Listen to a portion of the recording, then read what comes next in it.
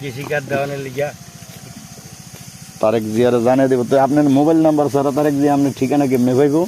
হ্যাঁ তো ছবি পাইবো আপনার, তখন আপনার ছবি পাইলে হইব। আইডেন্টি কার্ড আছে না? ও আইডি কার্ড মিলাইব। আর একটু ওই পারতে কলা গাছটি ভিডিও করে দিই।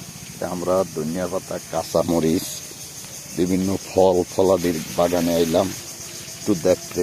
ঢাকার থেকে দেখিয়া যাই আর আল্লাহ আনে না না আনে। এই তরু তরকারি শেষ হয় নাকি থাকে সেটাও জানি না। সবাই মিলে দোয়া করবেন আমাদের জন্য, সকলের জন্য। এগুলো আমাদের এলাকার অবস্থা, উন্নয়ন, কঠিন গেন্ডারি ক্ষেত, এই যে মরিচ ক্ষেত, দেখেন কাবলি কলা। এর এক পিস কলা 50 থেকে 60 টাকা বিক্রি করি আমরা।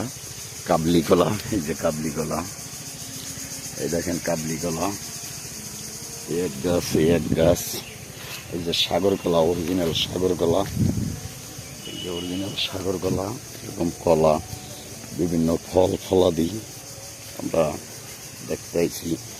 এই যে খালের পাশে পাশে হয়েছে বিভিন্ন ফল ফুল, বিভিন্ন তরু তরকারি, বিভিন্ন যাই জিনিস সেই খালের পারে পারে।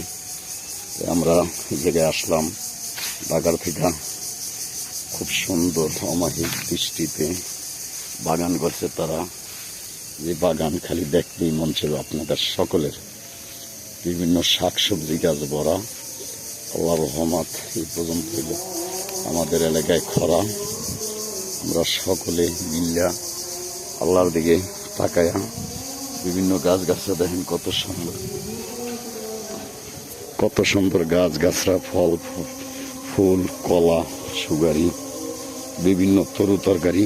অমায়িক দৃষ্টিতে হয়েছে এই বছর আমাদের এরিয়ায়। এই যে কলা গাছে, কঠিন কলা, এটা হলো কলা বাগান, মজম বাজার কলা বাগান। এই দেখেন 1 নম্বর সবরি কলা, এই যে সবরি কলা কত সুন্দর হয়েছে।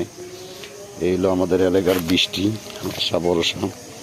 সকলে ভিডিওটা শেয়ার দিবেন, লাইক দিবেন, বেল বাটন অন করে রাখবেন, আল্লাহর দিকে তাকাইবেন, আল্লাহর রহমত চাইবেন। এটাই আপনাদের কাছে চাওয়া পাওয়া, অন্য কিছু নেই। আল্লাহর রহমতে, আল্লাহর দোয়ায় আমরা এই পর্যন্ত আইছি। এখন চলে যাব আমাদের কর্মস্থানে। বিশেষ করে আমরা ঢাকার থেকে এই জায়গায় গেন্ডারি ক্ষেত, বাগান, ছাগল মাগল দেখতে আইছি। কারণ শহরে তো বাস্তব এরম দেখা যায় না। দেন লাউ কই হালিয়ে দিছে, লাউ খাওয়ার লোক নেই। এই যে লাউ ছিঁড়ে হালিয়ে দিছে, এই যে লাউ। কারণ কি খাওয়ার লোক নেই, হাজার হাজার লাউ এরম পড়িয়ে রয়েছে। আপনাদের যাদের যাদের লাউ লাগে কমেন্ট বক্সে লিখে জানাইবেন, আমরা লাউ নিয়ে দিয়ে আপনাদের কাছে। আপনারা সকলে আল্লাহর রহমত ভালো থাকবেন, সুস্থ থাকবেন, আল্লাহর নাম নেবেন, 5 ওয়াক্ত রোজা নামাজ করবেন। এইটাই আপনাদের কাছে আল্লাহর রহমতের চাওয়া পাওয়া। তাছাড়া অন্য চাওয়া পাওয়া আমাদের নাই।